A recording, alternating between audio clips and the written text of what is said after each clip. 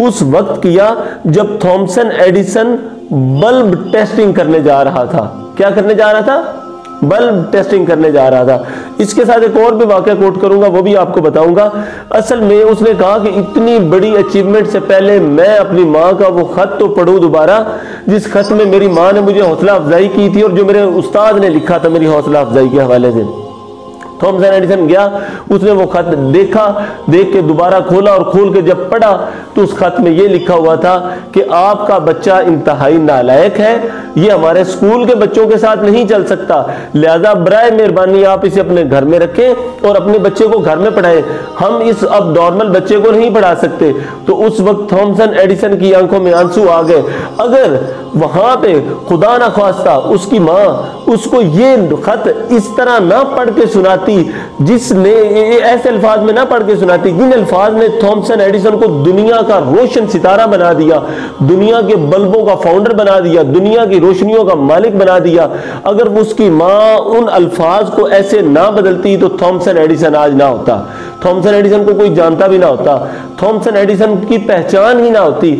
تو کیا ہوا؟ ماں کا ایک بہت بڑا کردار تھا اور ماں کا کردار استاد کی شکل میں تھا، پھر اس کی ماں نے اس کو گھر میں پڑھایا بھی، اس کی ماں نے اس کو ایک عظیم سائنسدان بننے میں بہت بڑا کردار ادا کیا۔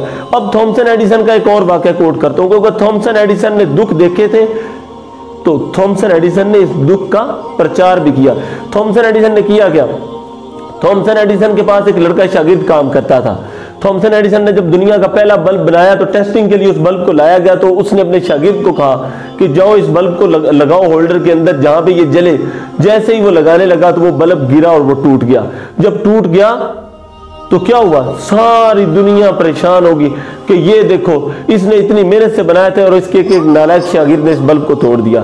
لیکن تھامسن ایڈیسن نے کہا فکر کی کوئی بات نہیں، انشاءاللہ ہم اس بلب کو کل دوبارہ ٹیسٹ کریں گے۔ ایسے ہی ہوا، دوبارہ پھر بلب لایا گیا۔ اب پھر تھامسن ایڈیسن نے کہا جاؤ اپنے شاگرد کو کہو جاؤ اس کو لگاؤ، تو اس نے لوگوں نے کہا نہیں نہیں نہیں یہ منحوس ہے، اس نے تو پہلے بھی بلب توڑ دیا، تو آپ اس کو یہ بلب نہ دیں، کسی اور سے لگواؤ۔ اس نے کہا نہیں، یہ بلب اب بن چکا ہے، یہ اگر ایسے 1000 بلب بھی توڑ دے گا نا تو تب بھی اس طرح کے میں ہزاروں بلب بنانے پہ قادر ہوں، اور اس سے میرے بچے کا، میرے شاگرد کا مورال ڈاؤن ہو جائے گا اگر میں نے اس کو دوبارہ موقع نہ دیا۔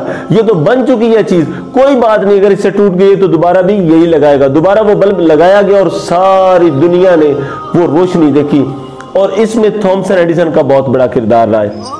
اب آپ کو بتاتا ہوں، اب اصل میں ہمارے خود کی ٹیچرز کی کمیاں ہیں، ہمارے اندر ڈیفیشنسیز ہیں جن کی وجہ سے ہم اپنے بچوں کو اچھا کنوے نہیں کر پاتے۔ اصل میں استاد کو کیسا ہونا چاہیے؟ استاد کو ایک رول ماڈل ہونا چاہیے، استاد کو ایک فلم کے ہیرو جیسا ہونا چاہیے۔ کیوں؟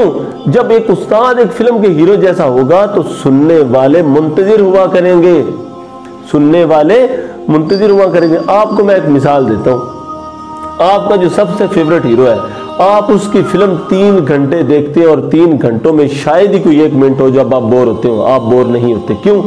کیونکہ وہ آپ کا پسندیدہ ہے۔ جب آپ کسی کے پسند کے انسان بن جاتے ہیں تو وہ آپ کی ہر چیز کو نوٹ کرتا ہے، وہ آپ کی ہر چیز کو دیکھتا ہے، وہ آپ کو دیکھتا ہے، وہ آپ کو سنتا ہے، وہ آپ سے سیکھتا ہے۔ آپ ایک شاگرد کے لیے ایک اچھا ایکٹر بنے، آپ ایک شاگرد کے لیے ایک اچھا استاد بنے، آپ ایک شاگرد کے لیے ایک اچھا دوست بنے۔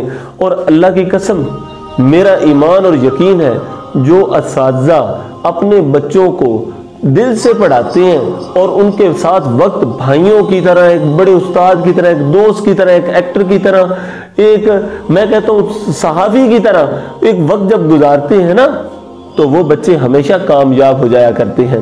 جب آپ یہ گیپ ختم کر دیں گے، اکثر ہوتا کیا ہے، اساتذہ جب بچوں کو مارتے ہیں تو اتنا بعض دفعہ مار لیتے ہیں کہ ان کو یہ خیال ہی نہیں رہتا کہ میں نے اس کی اب تیمارداری بھی کرنی ہے، اس کو پوچھنا بھی ہے۔ آپ مارے، غلطیاں ہوتی ہیں بچوں سے، آپ مار لیں، لیکن اس کے بعد چھٹی سے پہلے آپ ان کو بلائیں اور بتائیں کہ یہ آپ کے بھلے کی بات ہے، میں نے اگر آپ کو کچھ سزا یا سرزنش کی ہے تو یہ آپ کے بھلے کی بات ہے۔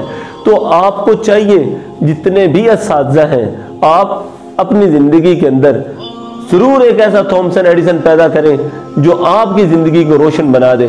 اور ٹیچنگ صرف اس لیے نہیں نہ کریں کہ آپ کو سیلری ملتی ہے، ٹیچنگ یہ سوچ کر کریں کہ آپ نے پیچھے صدقہ جاریہ چھوڑ کے جانا ہے۔ جب آپ صدقہ جاریہ چھوڑ جائیں گے تو دنیا آپ کو سلام کرے گی۔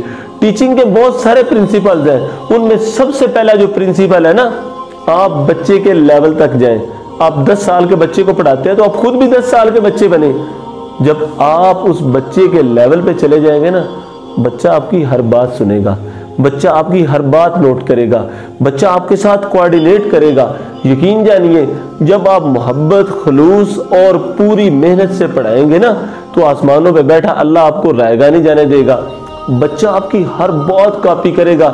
اللہ کی قسم میں مانتا ہوں کہ جب آپ محنت سے، جب خلوص سے پڑھاتے ہیں تو آپ ایسے سمجھیں آپ ہر بچے کے دل میں اس کے ساتھ اس کے گھر میں چلے گئے۔ وہ آپ کی تعریف اور آپ کی اچھائی اپنے گھر میں جا کے بیان کرے گا، اور نہ صرف بیان کرے گا بلکہ عمل کرے گا اور دوسروں کو بھی لگائے گا۔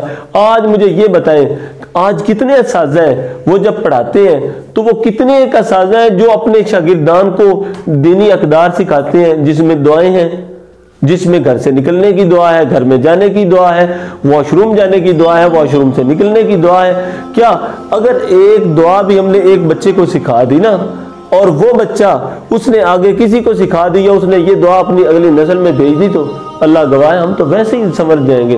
اور کائنات کا ایک ہی پروفیشن ہے جس میں آپ اپنا ویژن لوگوں کو دے سکتے ہیں، جس میں آپ اپنے جیسے لوگ پیدا کر سکتے ہیں، اور وہ ٹیچنگ ہے۔ وہ کیا ہے؟